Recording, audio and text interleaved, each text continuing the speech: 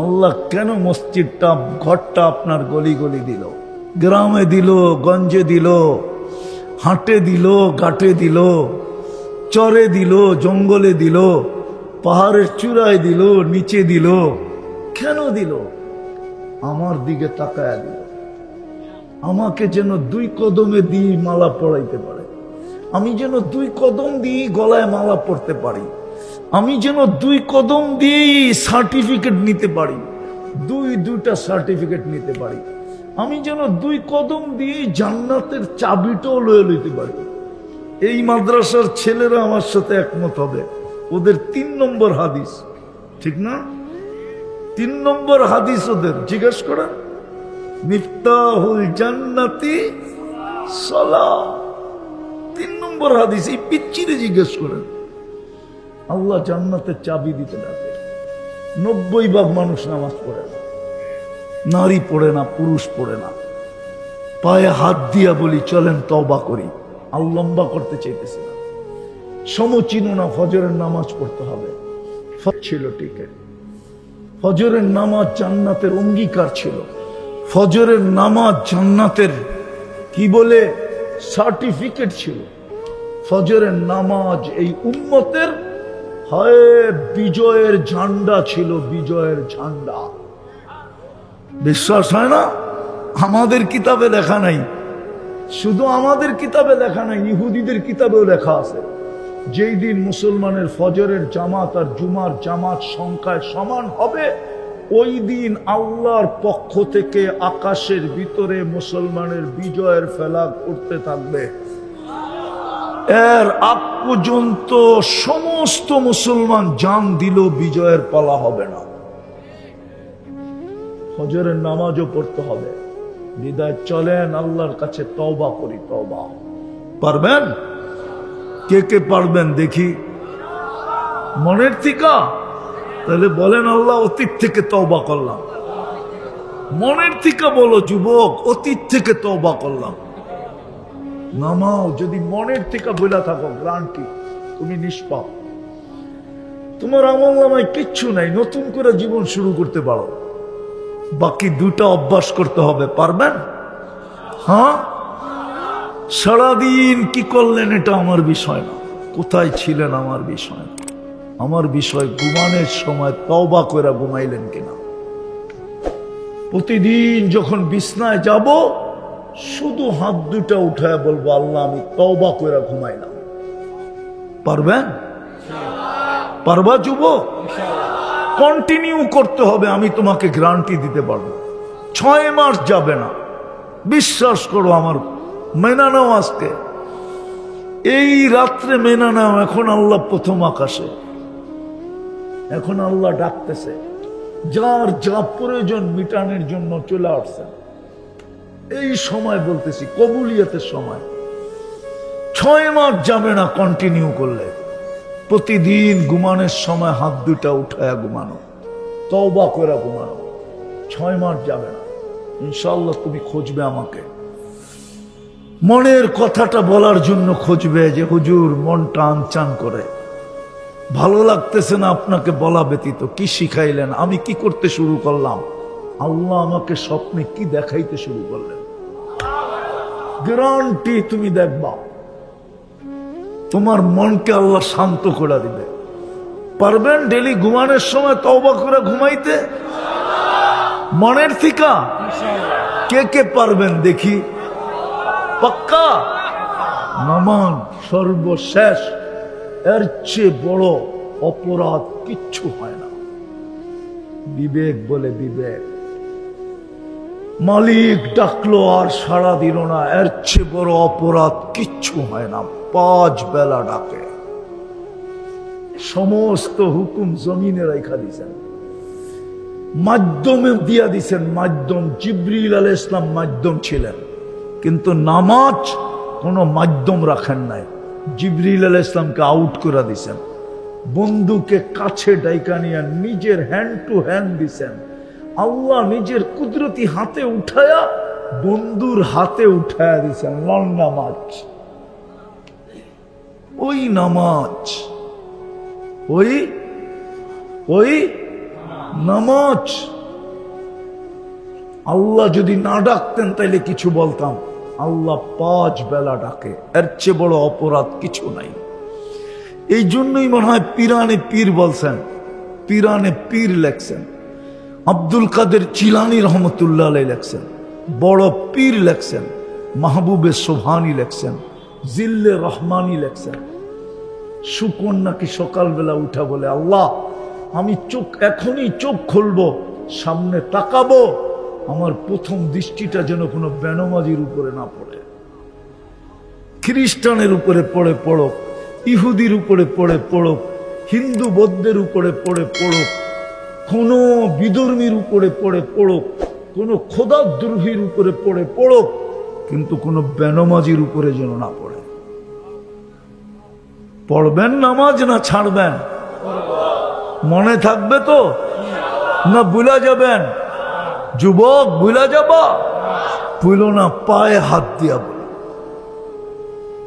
তুমি জানো না তোমার নামাজের ওয়েট কত, তুমি জানো না তোমার সেজদার ওয়েট কত, ওজন কত, তুমি জানো না তোমার সেজদার দাম কত, তুমি জানো না আল্লাহর কাছে তোমার সেজদার কদর কত, মূল্যায়ন কত, তুমি জানো না।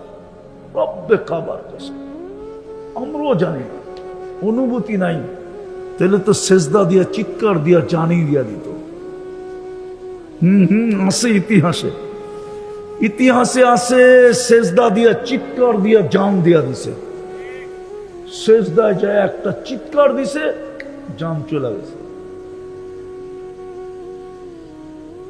খোলার সুযোগ আমার কাছে নাই, কোন আল্লাহ কুদরতি পায়ে মাথা রাখার সুযোগ দিছে, আল্লাহু আকবার জানি না আমরা। রাত্র গভীর হয়ে গেছে, আর আগেও বাড়া যাবে না, নাইলে বিজ্ঞান দিয়ে দেখানো যায় আল্লাহ কত বড়, কত বড় আল্লাহ তার কুদরতি পায়ে মাথা রাখার সুযোগ আমাকে দিয়েছে। সামান্য একটা দেশের প্রেসিডেন্ট যান বঙ্গভবনে চিঠি নিয়া, দেখেন কয় বৎসর পরে জবাব আসে, কয়দিন পরে সাক্ষাতের জন্য অনুমতি দেয়। আল্লাহ তো ডেলি 5 বার সাক্ষাতের জন্য ডাকে। তারপরও যদি না পড়লাম, আমার চেয়ে হতভাগা কে হবে? পড়বেন পাক্কা ওয়াদা? আল্লাহ আমল করার তৌফিক দান করেন। এতক্ষণ পর্যন্ত এই সময় কোথায় থাকার কথা ছিল? বিশেষভাবে যুবকরা কোথায় থাকার কথা ছিল, আর এখন কোথায় বসে আছে? বেশি কিছু চাবো না মালিক, চাওয়া ছাড়াই তো সৃষ্টির সেরা মানুষ বানাইলেন, চাওয়া ছাড়াই তো মুসলমানের ঘরে জন্ম দিলেন, চাওয়া ছাড়াই তো সর্বশ্রেষ্ঠ নবীর উম্মত বানায়া মাথার ভিতরে শ্রেষ্ঠত্বের মুকুট বসায়া দিলেন, কুনতুম খায়রা উম্মাহ। আর কি চাবো? চাওয়া ছাড়াই তো 24 ঘন্টা বাজেট ব্যয় করতেছেন।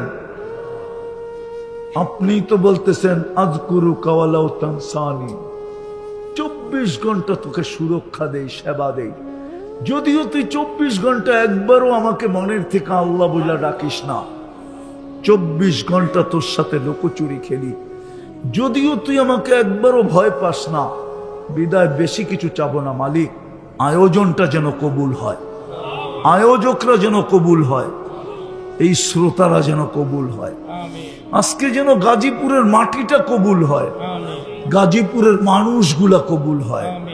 চাই এইখানের বাসিন্দা হোক বা বাংলাদেশের যেই প্রান্ত থেকে আইসে এখানে বাস করুক না কেন, গাজীপুরের প্রত্যেকটা মানুষ যেন কবুল হয়, নারী পুরুষ যেন কবুল হয়, ছোট বড় যেন কবুল হয়, বিশেষভাবে যুবকরা যেন কবুল হয়। আল্লাহ কবুলিয়াত চাই, আর কিচ্ছু চাই না।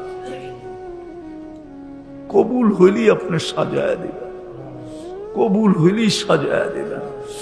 বিদ্যুটে দুর্গন্ধময় এক ফোঁটা পানি যদি কবুল না হইতো, তাইলে সৃষ্টির সেরা রূপ নিয়ে কোনোদিন জমিনে পা রাখত না। আল্লাহ আমরা তো বিদ্যুটে দুর্গন্ধময় একটা পানি, কিন্তু কবুল হওয়ার কারণে তো সৃষ্টির ভিতরে সবচেয়ে সুন্দর গঠন, শ্রেষ্ঠত্বের মুকুট নিয়ে জমিনে পা রাখছে। আজকে আমাদেরকে কবুলিয়াত ছাড়া ফেরত দিয়েন না। আয় আল্লাহ, আপনার কাছে না পাইলে আর কার কাছে পাবো? দুনিয়ার মানুষ তো নিতে জানে, দিতে জানে না। আপনার কাছে না পাইলে আর কার কাছে পাবো? এই মুহূর্তে যদি না পাই তো আর কোন সময় পাবো? বিশেষ করে এই মানুষগুলাকে কবুল। অথচ দুনিয়া বলে গাজীপুর শহর, ঢাকা শহর বসবাসের যোগ্য না। দূষণ যুক্ত শহর, মুক্ত শহর না। গাজীপুরে চতুর্দিকে ফ্যাক্টরি, হাজারো ধরনের কেমিক্যাল ব্যবহার হয়। একটা কেমিক্যালও মানুষের স্বাস্থ্যের জন্য না, স্বাস্থ্যকর না। সব কেমিক্যাল স্বাস্থ্যের বিরুদ্ধে। কিন্তু আমরা তো স্বাস্থ্যবানী। আজ পর্যন্ত আল্লাহ অক্সিজেনের ভিতরে লাগতে দেয় না। হয়তো কারো গায়ে লাগতে দিছে, কিন্তু অক্সিজেনে লাগতে দেয় নাই। সারা বাজারেই তো হাইব্রিডে ভরা। বাংলাদেশের সমস্ত খাদ্য ভেজাল। যারা পিওর বইলা বেচে ওইটাও ভেজাল। ওয়ান লাইনে বেচুক আর টু লাইনে বেচুক, কিন্তু মা বোনরা তো ওইটাই খায়। আজ পর্যন্ত তো বাচ্চার দুধে আল্লাহ ভেজালের ছোঁয়া লাগতে দেয় না। আল্লাহ তো নিজেই বলতেছে লাবানান খালিসা, পিওর দুধ। কিয়ামত পর্যন্ত বিকল্প আসতে দিব না। পাওয়া যাবে গাজীপুরে, বহুত দুধ পাওয়া যাবে। বড় বড় শোরুম আছে গাজীপুরে। বাচ্চাদের দুধ পাওয়া যাবে প্যাকেটজাত, বড় দামি দামি, কিন্তু গায়ে লেখা আছে মায়ের দুধের বিকল্প নাই। অথচ মা সারাদিন ভেজাল খায়। কি খায়? সারাদিন হাইব্রিড খায়। আমাদের শাকসবজি 99.99 হাইব্রিডের না। হাইব্রিড না, গ্রামের বললেই হবে। সব সার দেওয়া, কীটনাশক দেওয়া, ঠিক না? মার দুধে তো আল্লাহ ছোঁয়া লাগতে দেয় না। এটা কি বাজেট না? সারাদিন বাজেট ব্যয় করে। আর প্রত্যেকটা জিনিসের বিনিময়ে যে আমি গন্তব্যে বসতে পারি, গন্তব্য হলো জান্নাত। যদিও আমাদের সমাজে জান্নাতের আলোচনা নাই। জান্নাত যেইভাবে খোলা দরকার ওইভাবে খোলা হয় না। আমাদের সমাজে শব্দটা জানি, কিন্তু জান্নাতটা কি জিনিস এটা জানি না। এটা কি দ্বারা তৈরি এটাও জানি না। এটার মাটি কিসের এটাও জানি না। এটার ঘাসগুলা কি হবে এটাও জানি না। ফল কি ধরনের গাছে ধরবে এটাও জানি না। ফুল কি ধরনের লতায় ধরবে এটাও জানি না। আমাকে কতটুক পরিধি দেওয়া হবে এটাও জানি না। কি জানেন আপনারা? এক একটা পোশাকটা কিরম হবে, কাপড়গুলা কিসের হবে এটাও জানি না। ডেলি আমি কয়বার কাপড় চেঞ্জ করবো এটাও জানি না। আমার ব্যবহৃত কাপড়গুলা কোথায় থাকবে এটাও জানি না। আমার মেয়েরা কি কাপড় ব্যবহার করবে এটাও জানে না। এই জন্য তারা দুনিয়ার ব্র্যান্ডের পিছনে পাগল। দেখবেন আপনাদের ঘরের ছেলে মেয়েরাও কিন্তু ব্র্যান্ডের পাগল। ওরা ব্র্যান্ড চায়। ছোট একটা বাচ্চাও সে চিপসের নাম জানে, কোন চিপস এটা বাজারে সবচেয়ে বেশি ভালো এটা সে জানে। যেই কোনো চিপস তাকে দড়ায়া দিলে সে নিবে না, যেই কোনো চকলেট দড়ায়া দিলে সে নিবে না। সবাই আমরা ব্র্যান্ড তালাশ করতেছি। জানি না জান্নাতে কোন ধরনের ব্র্যান্ড হবে এটাও জানি না আমরা। জান্নাতে খাওয়া কে পাক করবে? বাবুর্চি। জান্নাতে বাবুর্চি থাকবে কিনা এটাও জানি না। জান্নাতে কিচেন আছে কিনা এটাও জানি না। জান্নাতে কে পাক করবে এটাও জানি না। জান্নাতে কত আইটেম হবে এটাও জানি না। বিদায় না জানার কারণে মধ্যখান দিয়া সুযোগ হয়ে গেছে। দিন আলাদা, দুনিয়া আলাদা।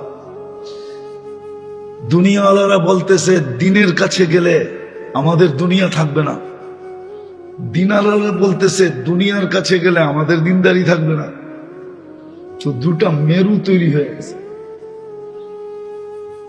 দুই দলই দুই ধরনের কথাবার্তা বলতেছে। আসলে এরকম না। দিন দিছিলেন দুটা কারণে। দিন দুটা কারণে দিছিলেন, নাইলে দিতেন না। আল্লাহর প্রয়োজন নাই, ফেরেশতাদের কথাই সত্য ছিল। আচ্ছা, একটা প্রশ্ন যদি আপনাদেরকে করি, সারাদিন আমরা যা বক্ষণ করি, সারাদিন যা আমরা ব্যবহার করি, কাটটা করি, জুড়ে বলেন কার? আল্লাহটা, ঠিক না? আল্লাহ বললে ক্ষতি হবে না, আল্লাহ বললে 40 নেকি মিলবে। আল্লাহ বলার পদ্ধতি আছে। আমেরিকান ডাক্তারের রিচার্জ, আমি ওকে চিনি, নিউ ইয়র্ক থাকে, যদি ওটা পত্রিকায় ছাপানো হয় না, কেননা সে খ্রিস্টান, ওরা চায় না এই গবেষণা ফাঁস হোক। আল্লাহ বলার পদ্ধতি আছে, ওর নিজের রিচার্জ, ওই লিটারেচার আমার কাছে আছে, অডিও সহ। ও বলছে মুসলমানের হার্টের রোগ কি করে হয় আমার বুঝে আসা। কেননা আল্লাহ শব্দটা যদি লেখা হয় না, আল্লাহ শব্দটা এইখানে যদি হার্ট কি বলে ব্ল্যাকবোর্ড থাকতো, তাহলে আমি লেখা দেখাইতাম। আল্লাহ শব্দটা লেখলেই একটা হার্ট তৈরি হয়। হার্ট, আলিফটাকে একটু ব্যাখ্যা করে দিতে হবে, ধনুকের মতো আলিফটাকে করতে হবে, আর হাটাকে আবার একটু ব্যাখ্যা করে উপরে উঠে দিলে দেখবেন হার্ট। আমাদের জীবনটা 60-70 বছর, তাও প্রযুক্তির যুগ হিসাবে গ্যারান্টি দেওয়া যায় না। মানুষই একমাত্র প্রাণী যে গ্যারান্টি যুক্ত তৈরি করে, কিন্তু নিজের গ্যারান্টি 1 মিনিটেরও দিতে পারে না। হাজারো কারিগরি জিনিস তৈরি করা হয় গ্যারান্টি সহকারে, 5 বছর, 10 বছর, 15 বছর, 20 বছর, 100 বছরের গ্যারান্টি দেওয়া হয়। কিন্তু ইঞ্জিনিয়ারকে যদি জিজ্ঞাসা করা হয় যে আপনার গ্যারান্টি কতটুকু, তো সে তার 1 মিনিটের গ্যারান্টি দিতে পারে না। বিদায় দেখা যায় আমাদের জীবনটা গ্যারান্টিহীন। একমাত্র প্রাণী যার জীবনের কোনো গ্যারান্টি নেই। এই জন্যই বলে 1 মিনিটের নাই ভরসা। বিদায় জীবনটা ছোট। যদিও ক্ষেত্রটা দুনিয়া, সুসজ্জিত আমাদেরকে করছেন যোগ্যতা দ্বারা, সবই খোদা প্রদত্ত, আল্লাহর দেওয়া। যে যোগ্যতা আল্লাহ মানুষকে দিচ্ছেন, যদিও আজকে দিন এবং দুনিয়াকে মানুষ পৃথক করে, যার কারণে দেখা যায় আজকে আমরা 2 ভাবে বিভক্ত। দিনকে আলাদা করে, দুনিয়াকে আলাদা করে। আসলে এটা বিভক্ত ছিল না, ভুল এইখানেই হয়ে গেছে যে দুনিয়াকে এবং দিনকে বিভক্ত করে দেওয়া। ভুল এইখানেই হয়ে গেছে, যার কারণে 2টা মেরু তৈরি হয়ে গেছে। কেউ বলে শুধু দুনিয়া, কেউ বলে শুধু দিন। আসলে আল্লাহ আমাদেরকে যোগ্যতা দিছিলেন, কেননা আমাদের পৌঁছতে হবে গন্তব্যে। এই দুনিয়ার ভিতরে থাইকেই আমাদেরকে গন্তব্যে পৌঁছতে হবে। আর যতদিন এখানে আমরা থাকব, ততদিন দুনিয়া আমাদের প্রয়োজন হবে। প্রয়োজন হবে না এই কথা বলা যাবে না যে আমাদের দুনিয়া প্রয়োজন হবে না। না, দুনিয়া আমাদের প্রয়োজন হবে, কেননা আমি আসি তো দুনিয়ার ভিতরে। যখন দুনিয়ার ভিতরে আসি, তো দুনিয়া প্রয়োজন হবে না এই কথাটা বলা ঠিক না। এই জন্যই তো আল্লাহ দিন দিছেন, আমাদেরকে যোগ্যতা দিছেন। যোগ্যতাটা এই দুনিয়ার পিছনে কিভাবে ব্যবহার করলে, কোন পদ্ধতিতে ব্যবহার করলে আমার দুনিয়ার কর্মটাও দিনে রূপান্তরিত হবে। দিন একটা জাদুর কাঠি, যেমন বলা হয় না পরশ পাথর লোহায় লাগলে সোনা হয়। দিনটা বাস্তবিক একটা পরশ পাথর, এটা যদি আমার বাথরুমেও ছোঁয়া লাগে তো বাথরুমও দিন হবে। পরশ পাথরটার ছোঁয়া যদি আমার বাথরুমে লাগে তো আমার বাথরুমটাও দিন হবে। যেই জায়গায় লাগবে ওই জায়গাটাই দিনে রূপান্তরিত হবে। ওই পদ্ধতিটার নামই হলো পরশ পাথর, যেটা দ্বারা মানুষ মানুষ হবে। আর মানুষ মানুষ হলি আল্লাহ কতটুকু মূল্য দিবে এটাও আল্লাহ ঘোষণা দিছেন, যে মানুষকে আল্লাহ কতটুকু মূল্য দিবে। মানুষ মূল্য পরিশোধ করে মানুষের হাতে যা আছে অর্থাৎ কারেন্সি, এটা দিয়ে মানুষ মানুষের মূল্য পরিশোধ করে কারেন্সি দিয়া। আল্লাহ আমাদের মূল্য পরিশোধ করবে জান্নাত দিয়া, যেটা আমাদের চির বাসস্থান, যেটা আমাদের চির ঠিকানা।